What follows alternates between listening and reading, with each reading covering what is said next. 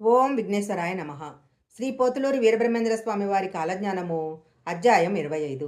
పాల్గొన మాసంలో నేను వీరభోగ వసంతరాయలనై శ్రీశైలం వెళ్ళి అక్కడ ధనాన్ని బీదలకు పంచిపెడతాను. తరువాత ఉగ్రమైన తపస్సు చేసి శ్రీరామచంద్రమూర్తి నుంచి 3 వరాలు పొందుతాను. విక్రమనామ సంవత్సరము చైత్రశుద్ధ దశమి రోజున బెజవాడ ఇంద్రకీలాద్రికి వస్తాను.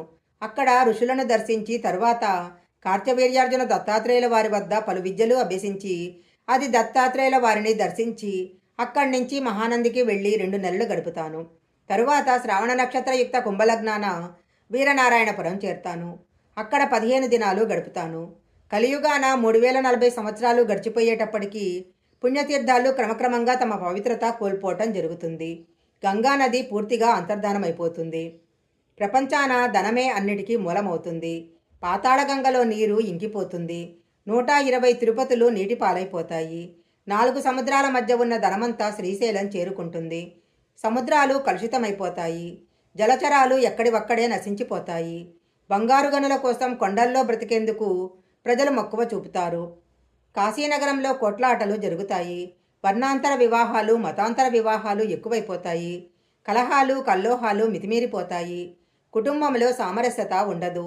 వావి వరుసలు వల్లకాట్లో కలుస్తాయి. సృష్టి మొత్తం తెలిసిన యోగులు పుడతారు. రెంటాల చెరువు కింద ఆపదలు పుడతాయి. వినాయకుడు వలవల ఏడుస్తాడు. గోల్కొండ కింద బాలలు పట్నాలు ఏలుతారు. శృంగేరి, పుష్పగిరి పీఠాలు పంచాననం వారి వశమవుతాయి. హరిద్వారలో మర్రిచెట్టు కింద మహిమలు పుడతాయి. హరిద్వారానికి వెళ్లే దారి మూసుకుపోతుంది. అహోబిళంలోని ఉక్కుస్తంభము కొమ్మలు రెమ్మలతో జాజిపూలు పూస్తుంది. నా రాకకు ముందుగా స్త్రీలు అధికారాన్ని అందుకుంటారు.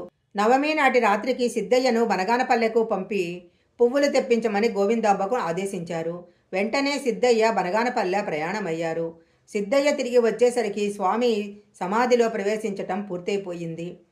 అది తెలుసుకున్న సిద్ధయ్య తీవ్రంగా దుఃఖించి ప్రాణత్యాగం చేసేందుకు సిద్ధపడ్డాడు.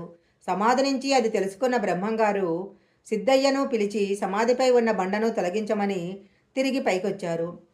అప్పుడు సిద్ధయ్య కోరిక ప్రకారము పరిపూర్ణ స్థితిని బోధించారు. బ్రహ్మంగారు వైదిక ధర్మాన్ని అవలంబించారు.